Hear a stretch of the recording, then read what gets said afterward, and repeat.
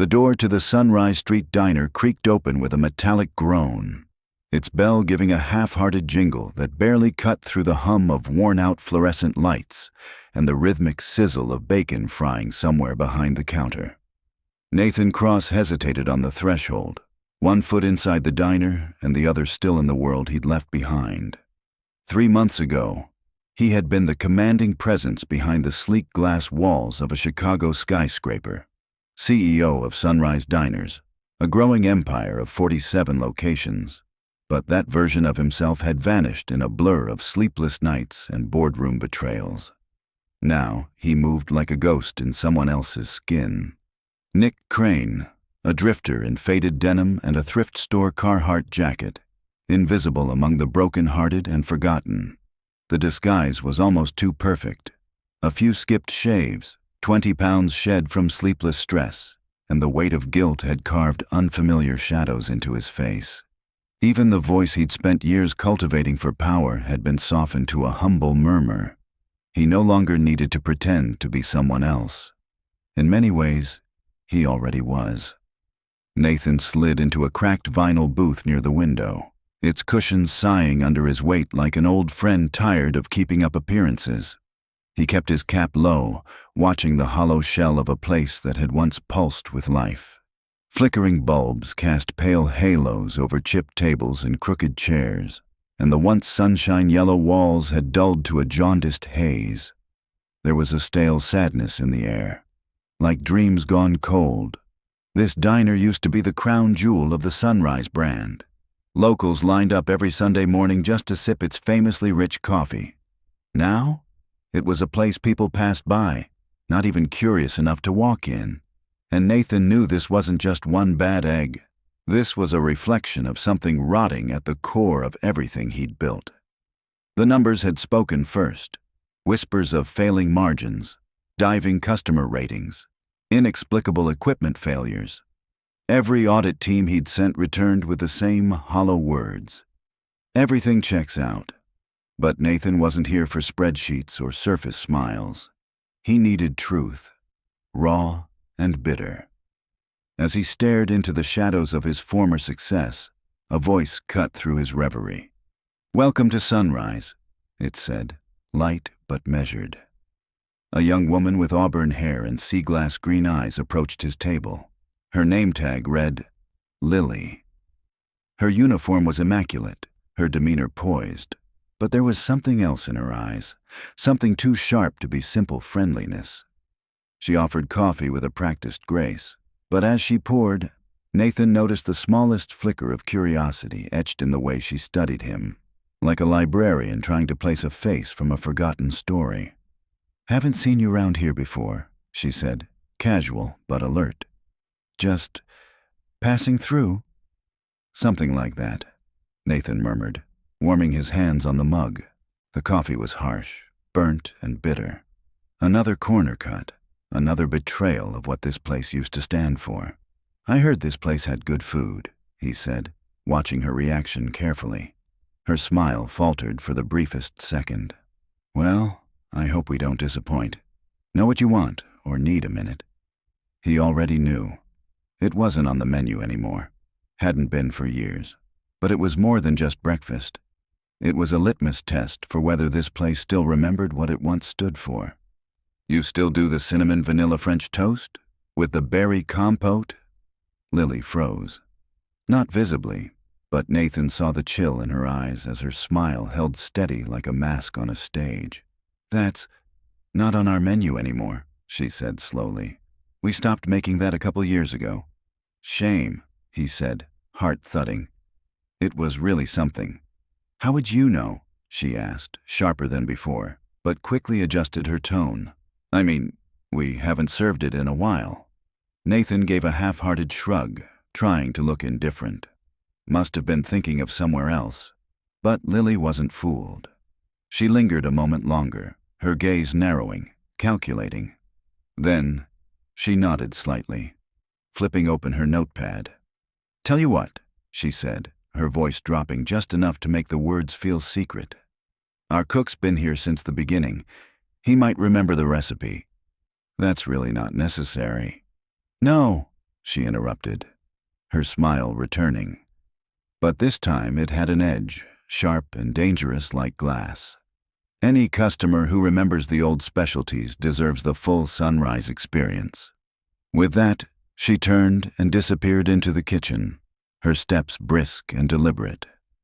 Nathan watched her go, unease blooming in his chest. Had she seen through him? No, his cover was airtight, wasn't it? 20 minutes passed like hours. Every clang from the kitchen, every glance from another customer made his nerves tighten. Then Lily returned, carrying a plate like it was sacred. Golden brown French toast, powdered sugar dusted like the first snow of December, and that perfect bowl of mixed berry compote on the side. Exactly as it had been in the golden days. Nathan looked at it, not with hunger, but with something closer to grief. This wasn't just breakfast. This was memory, legacy, and loss on a plate. And somewhere behind that sweet aroma, he could taste it, the truth, finally beginning to surface. The moment the scent of warm cinnamon and vanilla hit Nathan's nose, he was no longer in the dim shell of a dying diner. He was back 5 years ago, standing in the heart of everything he once loved. The Sunrise Diners were more than a business back then. They were his purpose, his pride, and the dream he'd nurtured from scratch. That dream had soured into a nightmare, but for a fleeting second, with the plate before him, it almost felt whole again. Lily set the dish down, gently, her voice laced with a strange, performative nostalgia. 1 cinnamon vanilla French toast with berry compote, just like the old days, she said, smiling too wide. Nathan took a bite. He wanted to resist the wave of emotion that surged up, but the taste broke through every defense. The vanilla was subtle and comforting, the cinnamon soft but warming, and the berry compote had just enough tartness to balance the sweetness. It was flawless. He swallowed hard, blinking back something that wasn't just satisfaction. "This is incredible," he murmured. And for the first time since walking into that diner, his words came freely. No disguise, no pretense. But Lily didn't smile back. She didn't offer another warm phrase. Instead, she leaned in slowly, as if afraid the walls themselves might be listening. "You shouldn't have come back here," she whispered, barely audible. Nathan froze mid-bite. Time seemed to slow as every sound in the diner, plates clattering, idle conversation, the hiss of grease, melted into silence. He looked up, but Lily had already pulled back, her face smooth and unreadable. She topped off his coffee like nothing had happened, but her fingers trembled ever so slightly. Nathan managed a hoarse, "Excuse me?" "You heard me," she said, voice calm, but her eyes locked onto his with an intensity that chilled his blood. "Whatever you think you're going to find, you're in danger. And so is everyone else, if you stay." And then she walked away, leaving him in a silence so deep it roared in his ears. His mind reeled. How did she know? His identity, his plan, everything shattered in a moment. She knew. She knew. He scanned the diner with fresh eyes, paranoia crawling under his skin. A man in a wrinkled suit hadn't turned the page of his newspaper in 10 minutes. The tattooed cook behind the counter kept shooting glances his way. Even an elderly woman by the window wasn't as absorbed in her crossword puzzle as she pretended to be. He had walked into the lion's den and was only now realizing just how many eyes were watching him. The French toast, once a nostalgic comfort, now tasted of ashes. His hands trembled as he gripped the coffee mug, trying to calm the rising panic with slow, deliberate breaths. But nothing could shake the fact that after less than an hour, his cover had been completely compromised. And yet, Lily hadn't exposed him. That meant something. Nathan forced himself to finish the plate, his every bite mechanical, while his mind spun through possibilities. Her warning suggested she wasn't the threat. If anything, she was trying to protect him. That meant she knew something deeper than burnt coffee or malfunctioning equipment. Something dangerous enough that staying might cost lives. As he signaled for the check, he caught her looking. Their eyes met. She gave a subtle shake of her head. A warning, sharp and deliberate. Nathan left the diner with a weight between his shoulders, as if someone had painted a bullseye on his back. Every instinct screamed at him to run, get in his car, head back to the safety of corporate offices and legal firewalls. But that wasn't who he was. Not anymore. Instead, he parked 3 blocks down at a cheap coffee shop, ordered a cup he barely touched, and set up watch with a pair of gas station binoculars. For 2 hours, he sat motionless, observing. Then it happened. A sleek, black SUV pulled around the back of the diner. A man stepped out, tall, sharply dressed, his walk confident to the point of arrogance. Nathan's breath hitched. Rick Barnes. Formerly his trusted regional manager, Rick had been reassigned to fix failing locations. But now Nathan saw it clearly. Those failures hadn't been accidents. Rick wasn't fixing anything. He was helping orchestrate their downfall. Rick entered through the back, but returned 20 minutes later with Lily.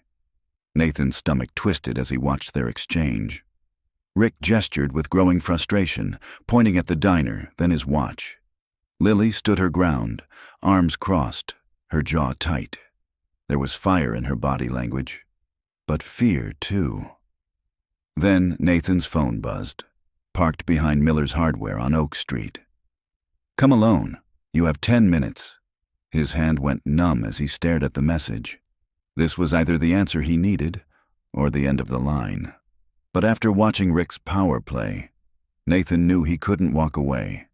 Miller's Hardware sat in a desolate part of town, a forgotten building among shuttered storefronts. Nathan parked where instructed, his heart pounding in his ears. He didn't know what to expect.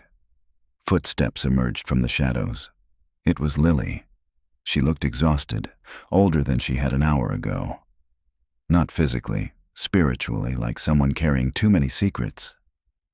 "You're either very brave," she said, slipping into the passenger seat uninvited, or incredibly stupid. Nathan cracked a bitter smile. "Right now, I'm leaning toward stupid." "Who are you really, Lily?" She gave a humorless laugh. "Lily Adams, 25th Cedar Rapids. Everything in my file is technically true, except one very big thing." She paused. "I was hired by Bluebell Eats to infiltrate Sunrise Street. I've been feeding them intelligence for 6 months. Nathan felt like he'd been punched in the gut. Bluebell Eats, the aggressive, fast-expanding startup that had been snapping up market share across the Midwest like a wolf tearing through a flock. And its CEO, Carter Wells, Nathan said aloud, the name laced with history. Lily nodded. "You know him." "Too well," Nathan muttered. Carter had once been his partner, his friend. Their split had been ugly. Carter believed in explosive growth at any cost. Nathan believed in people. "This isn't just business to him," Lily said, watching him closely. "It's personal." Nathan's voice was ice. "What's the plan? How are they doing this?" "Systematically," Lily replied. "Rick feeds them intel on supplier contracts, so Bluebell can outbid you or sabotage deals. Equipment failures? Not accidents. They've got contacts planting problems, subtle enough to pass inspections, deadly enough to bleed your bottom line." Nathan felt his throat tighten. "And the reviews?" he asked. "Fake. Social media teams planting negative reviews. Some from employees who don't even know they're involved. They think they're doing surveys. Meanwhile, the good ones get buried." Everything clicked into place. The bitter coffee, the dead lights, the scent of decay in his diner. It hadn't been neglect. It was war. "Why are you telling me this?" he asked, voice tight. "If you work for them." Lily looked away. When she spoke, her voice cracked. "Because I made a mistake," she whispered. "I thought I was signing up for espionage. Menus, pricing, branding. I didn't know I'd be helping destroy lives." "I didn't know it would cost people their lives," Lily said, her voice cracking as she wiped away a tear with the back of her hand. "I thought it was just data collection. menu analysis, brand comparisons. But Marta, she's been sending money to help her grandson with his hospital bills. And Tommy? He scrubs dishes every night to save up for community college. They're not statistics. They're not just employees anymore. They're family. Her words landed with a weight Nathan hadn't expected. It was one thing to see the decay in his business from a distance. It was another to see the faces behind it. Real people caught in the crossfire of corporate warfare. Lily's voice dropped to a whisper. Rick's accelerating the plan. What does that mean? Nathan asked, though dread already churned in his stomach. Bluebell's opening 2 miles from here in less than a month. Rick's pushing to shut us down before the grand opening, so the locals have no choice but to flood their doors instead of ours. He's arranged a surprise health inspection next week. He's going to make sure we fail. Nathan stared through the windshield at the dim, silent street. The possibilities raced through his mind like a storm. He could turn Lily in, go to the authorities, hope for a quick legal response. But that wasn't fast enough. Not now. Not with lives hanging in the balance. I have a proposition, he said after a long pause. Help me save this place, and I'll make sure you come out clean. A fresh start. Anywhere you want to go. I'll even write the recommendation myself. No one will ever know you were involved in this. Lily turned to him slowly, her green eyes scanning his face for any sign of deceit. And if I say no? Then Rick wins. Carter wins. Sunrise dies, and a lot of good people go down with it, including you. Carter doesn't leave loose ends. The silence between them was heavy and charged, like the calm before a storm. Finally, Lily extended her hand. Partners, she said, but I have one condition. We save everyone. Marta, Tommy, all of them. Nobody gets left behind. Nathan took her hand, and with that grip, they formed a fragile alliance built not just on necessity, but on shared guilt and the desperate hope of redemption. For the first time since the storm began, Nathan felt something stir inside him, something stronger than rage or fear. He felt hope. The next morning, long before dawn stretched its fingers over the rooftops, Nathan used the spare key Lily had stolen to let himself into Sunrise Street Diner. The air was still, thick with the scent of old grease and dust. He walked through the shadows like a man returning to a childhood home long abandoned. Every creak in the floorboards, every flicker from a faulty light bulb carried the weight of memory. In the small office behind the kitchen, he rifled through drawers of forgotten invoices and dusty inspection reports, looking for anything that might point to systemic sabotage. The silence was broken at precisely 6 a.m. when Lily slipped in through the back, her footsteps careful on the worn linoleum. We've got maybe 30 minutes before Marta shows, she whispered. Rick usually rolls in after 9. Nathan was already buried in a tangle of wires by the security control panel, his brow furrowed. Look at this, he said, pointing to the rerouted cables. Someone's been feeding a duplicate video and audio signal to an off-site recorder. Every conversation, every shift, it's all been monitored. Lily's jaw tightened as she examined the setup. That explains how Rick always knows what the staff is thinking, what they're saying when they think no one's listening. But why spy so hard on just one diner? Because this isn't about just one diner, Nathan said, filming the evidence with his phone. This place is the prototype. Carter's testing his sabotage tactics here, figuring out what works before rolling it out across my entire chain. Room by room, they uncovered layer upon layer of quiet sabotage. In the kitchen, the refrigerator's thermostat had been adjusted to spoil food and inflate electricity bills. The water filter in the coffee machine was clogged with an unknown substance, making each cup taste like disappointment. Then Lily's voice rang out. Nathan, look at this. She held up a stack of business cards she'd found stashed beneath the register. They read, Anonymous Restaurant Reviews, $5 per entry. Just visit our site and leave your honest opinion. But the fine print told the real story. The site was owned by a shell company under Bluebell Eats. They're not just bribing staff, Nathan growled. They're paying random customers to poison our reputation online. Lily's face paled. And it gets worse. She showed him her phone. A text message glowed on the screen. Health. Inspection Tuesday, 10 a.m. Make sure everything's perfect. A friend, Tuesday, just 3 days away. With all the sabotage still hidden in plain sight, they would almost certainly fail. We need to warn the staff, Nathan said. But Lily shook her head firmly. Number, if Rick gets wind that we know, he'll move faster. He always does. A sudden jingle of keys snapped them to attention. Someone was at the back door.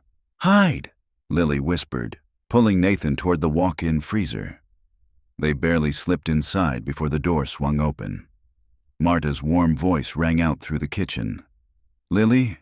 Mija, what are you doing here so early? Inside the freezer's cold, silent darkness, Nathan held his breath, listening as Lily casually deflected. Marta Martinez had been with Sunrise for 8 years. Her laugh still carried the same warmth he remembered when he first hired her. A single mother with magic in her hands and tamales that had won 3 blue ribbons. But even Marta could feel something was wrong. Things don't feel right, she said as she chopped vegetables. First, the freezer broke right before our busiest shift. Then the dishwasher last Friday. Now, suppliers are switching contracts without warning. Feels like someone's trying to bleed us dry. What do you mean? Lily asked, her voice carefully neutral. Coincidences don't happen this often, Marta said grimly. It's sabotage. I know it in my bones. In the freezer, Nathan and Lily exchanged a look. Maybe Marta could be trusted. Maybe they didn't have to fight alone. But that hope was shattered by the screech of tires in the parking lot. Nathan peeked through the narrow window in the freezer door and saw Rick Barnes striding from his SUV. 3 hours early, jaw clenched, carrying a briefcase full of tech gear. He knows, Lily whispered. Someone tipped him off. Rick's voice echoed through the restaurant as he barked into his phone, his tone filled with fury. I don't care what it costs. Move the timeline up. The war had begun. I want this place shut down by Friday, Rick snapped into his phone. Not next week. And find out who's been poking around. Someone's been asking too many damn questions. Nathan, crouched behind a shadowed partition in the walk-in freezer, felt his blood go cold. This wasn't just about Sunrise Street Diner anymore.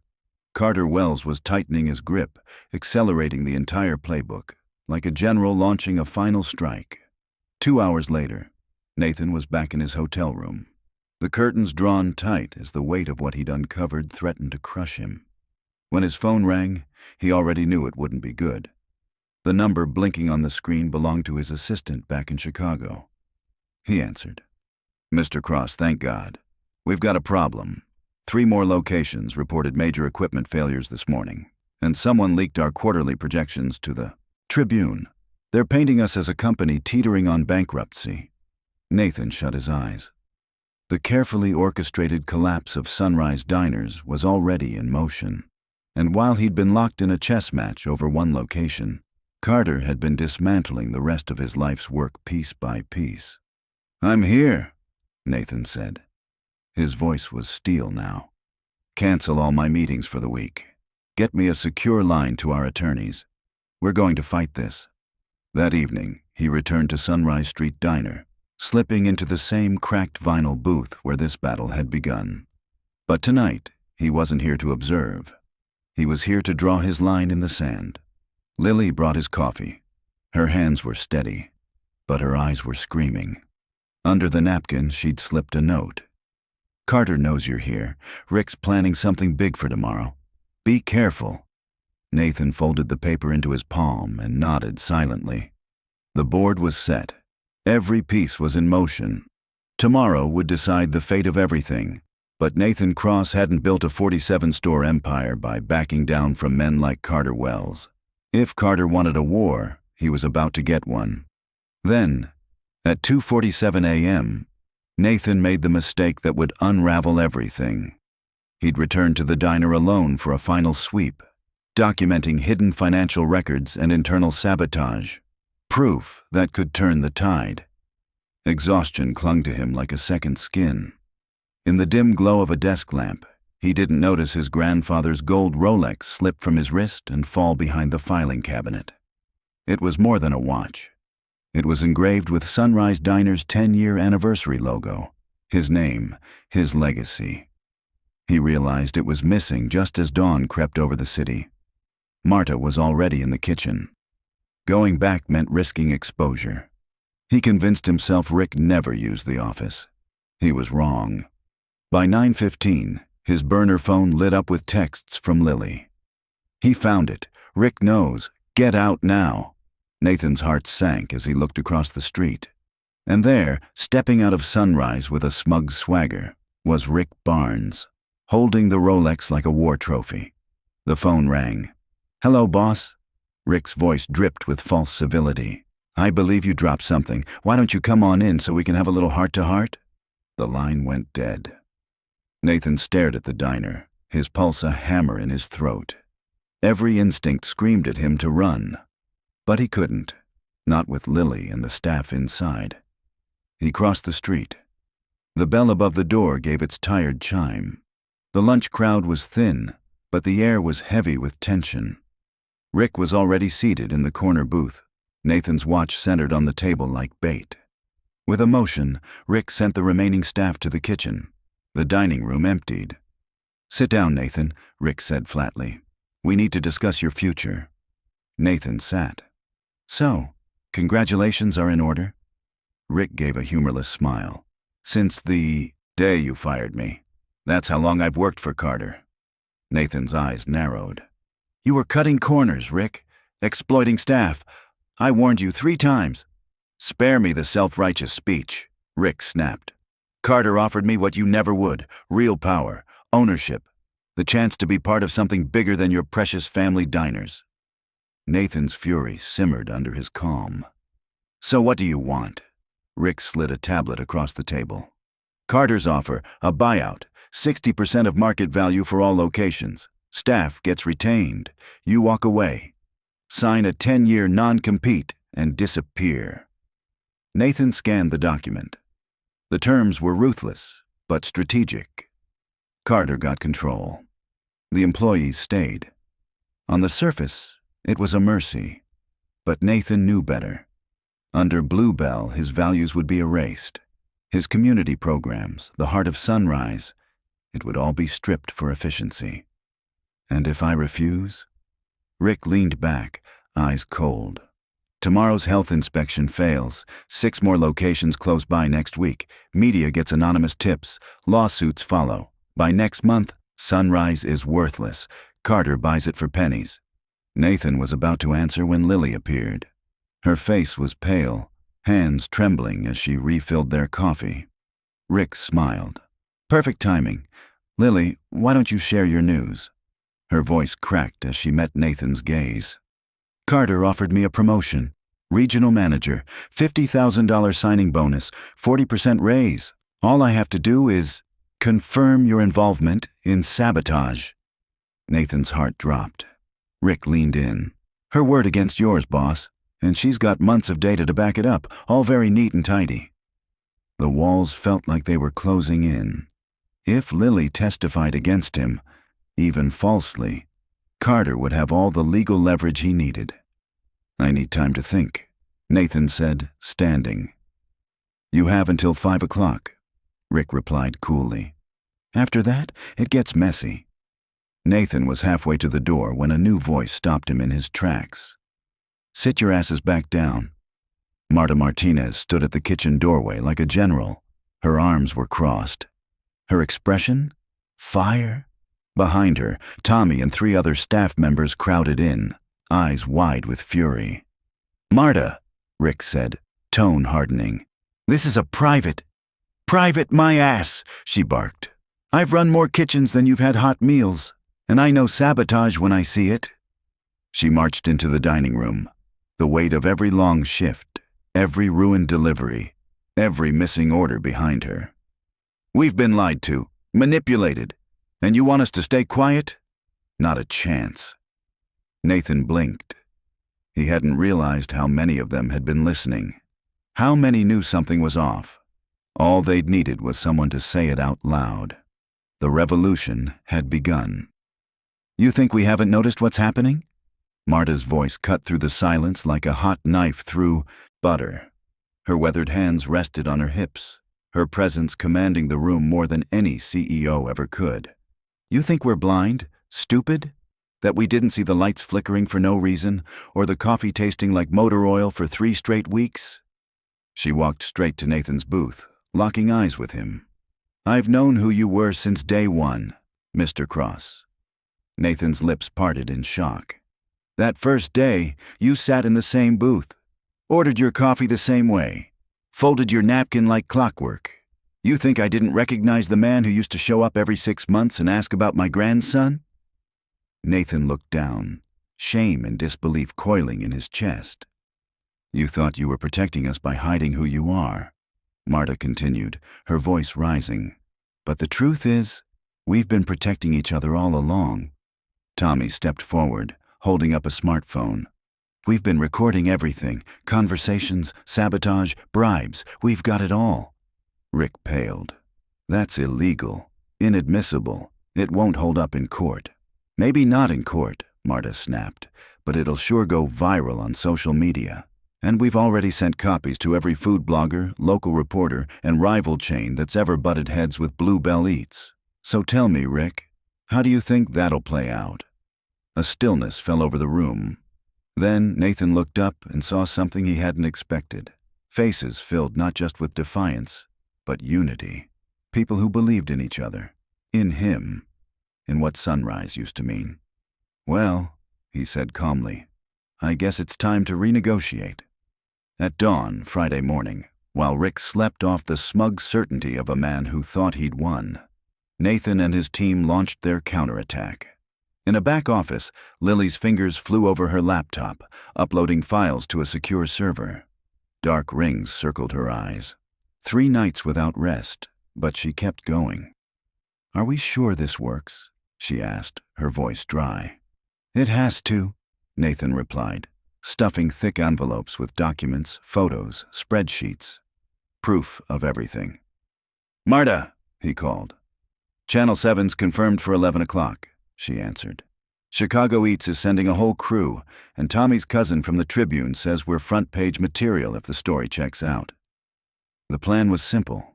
Fight fire with sunlight. Instead of corporate spin, they'd offer transparency. Instead of hiding their wounds, they'd show the truth. That morning, Sunrise Street Diner launched a charity event. Limited-run cinnamon vanilla French toast. Proceeds going to 3 local food banks. But it wasn't about the dish. It was about the story behind it. By 10:45 a.m., the diner buzzed with reporters, bloggers, and curious locals. The dining room brimmed with tripods, microphones, and anticipation. Nathan stood behind a borrowed music stand that doubled as a podium, heart pounding louder than any camera shutter. 6 months ago, he'd addressed Wall Street investors from a tower of glass. But today, surrounded by chipped tabletops and a community that refused to quit, he felt truly seen. "My name is Nathan Cross," he began. "I'm the CEO of Sunrise Diners. And today, I'm here to tell you about a corporate conspiracy that goes beyond me, beyond this town, and threatens every small business in America." A ripple moved through the crowd. For months, Sunrise has been under attack. Targeted sabotage, bribed reviews, surveillance, all orchestrated by Bluebell Eats, a faceless conglomerate who thinks they can replace communities with chains. He nodded to Lily, who passed out evidence packets. Photos, transcripts, wiring diagrams. Every truth laid bare. "We're fighting back, not with lawyers, but with community, with truth, and with breakfast. Because diners don't just serve food, they serve people." A hand shot up. "Mr. Cross," said reporter Sarah Chin, "how do you respond to claims this is just a PR stunt?" Before he could answer, the lights went out. Gasps, murmurs. Outside, Rick Barnes stood smugly beside the circuit breaker, grinning like a comic book villain. But inside, Sunrise didn't collapse. "Backup generators," Marta barked. Tommy sprinted. Moments later, the lights snapped back on. Lily returned with a tray of steaming French toast. Marta dished plates with elegant precision. The media caught every second. Michelle Rodriguez, live streaming to 500,000 followers, took a bite and grinned. "If you're within 100 miles of Rockford, get here now." The story exploded online. Within hours, North's Sunrise French toast trended nationwide. The diner overflowed. The fundraiser soared past $50,000 by nightfall. But the real victory came 3 weeks later. Bluebell's stock plummeted. Carter Wells stepped down amid federal investigations into racketeering and corporate sabotage. The SEC and Department of Justice had opened inquiries. What was once a shadow campaign to destroy Sunrise was now a headline. Back in Chicago, Nathan braced for the board meeting, expecting backlash. Instead, he got admiration. "Sales are up 47%, the board chair said. "Franchise requests from 12 states. We'd like to offer you a new 5-year contract." But Nathan shook his head. "I'm stepping down." The room fell silent. He stood at the window, gazing out at the skyline. "I lost sight of who we were, and the people who tried to speak up couldn't trust us. That's not a leadership problem. That's a values problem. I recommend promoting David Chin. He knows the floor, he knows the people, and he doesn't carry my baggage." By the time he left the building, Sunrise had a new CEO, and Nathan had finally let go of the fight that had consumed him for years. 2 days later, he returned to Rockford for one last visit. The diner was alive again. Walls repainted in soft blues and yellows, laughter bouncing off every corner. Lily was behind the counter, training 2 new servers. "The usual booth's open," she said with a tired but proud smile. He slid into the seat.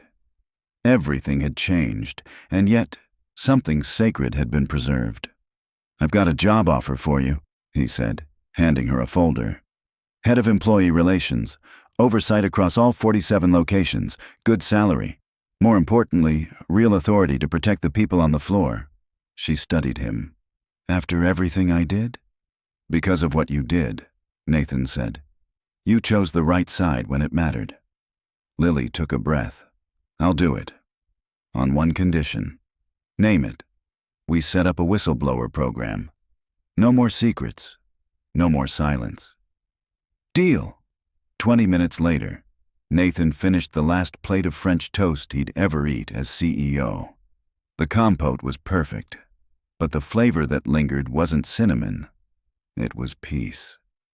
He left a $20 tip on a $12 meal. Lily met him at the door. "See you around, boss," she said. Outside, the sun was already rising. He didn't look back, because for the first time in years, Nathan Cross wasn't haunted by his past. He was walking into something new, and for once, it was enough just to move forward.